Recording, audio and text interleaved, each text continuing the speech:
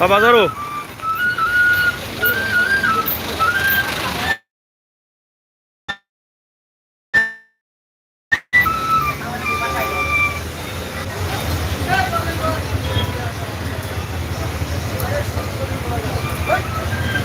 সিলেট কদমতলী বাস টার্মিনালের কাজ চলতেছে, যার ফলে রাস্তার উপরে গাড়ি জ্যাম।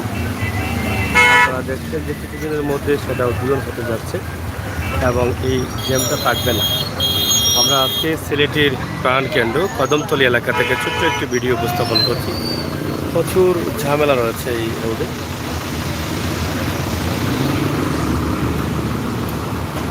গাড়ি রাস্তার উপরে রাখতে হয়, যার ফলে এত জ্যাম রয়েছে।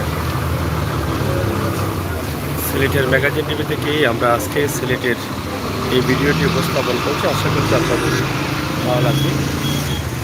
খুলনা, ঢাকা বিভিন্ন জায়গার গাড়িগুলো কিন্তু এই রোড দিয়ে যাবে।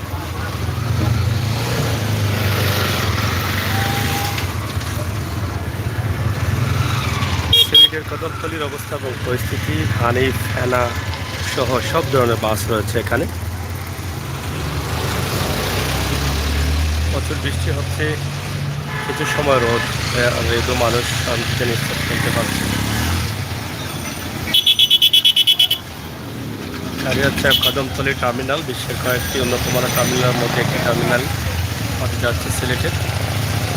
অবশ্যই আপনারা আজকে ভিডিও দেখে বুঝতে পারছেন যে কত গাড়ি রয়েছে এখানে, কী পরিমাণ মানুষ।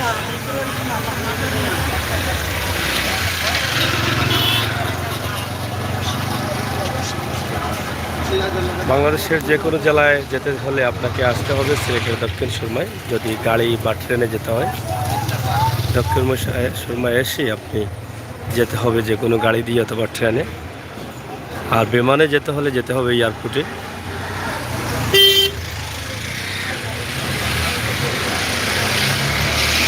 খুবই সুন্দর একটি বাস টার্মিনাল হচ্ছে সিলেটের, শীঘ্রই উদ্বোধন হবে। শীঘ্রই উদ্বোধন হলেই কিন্তু দেখতে পারবেন চমৎকার এই দৃশ্যটি। আমরা আমাদের কাছে আজকে শেয়ার করছি সিলেটের এই বাস টার্মিনাল এলাকা। আশা করছি আপনাদের সকলের সহযোগিতা। সিলেটের ম্যাগাজিন টিভি থেকেই আমাদের ভিডিও আপনাদের জন্য আজকে আমরা তুলে দিলাম সিলেটের কদমতলীর অবস্থা এবং পরিস্থিতি।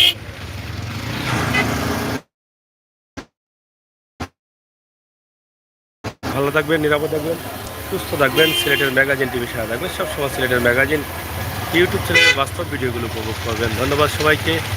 সিলেটের কদমতলী বাস টার্মিনাল যে এত সুন্দর টার্মিনাল উদ্বোধন হতে যাচ্ছে, সেটা দেখার জন্য সবাইকে সুযোগ করে দেবেন, শেয়ার করে।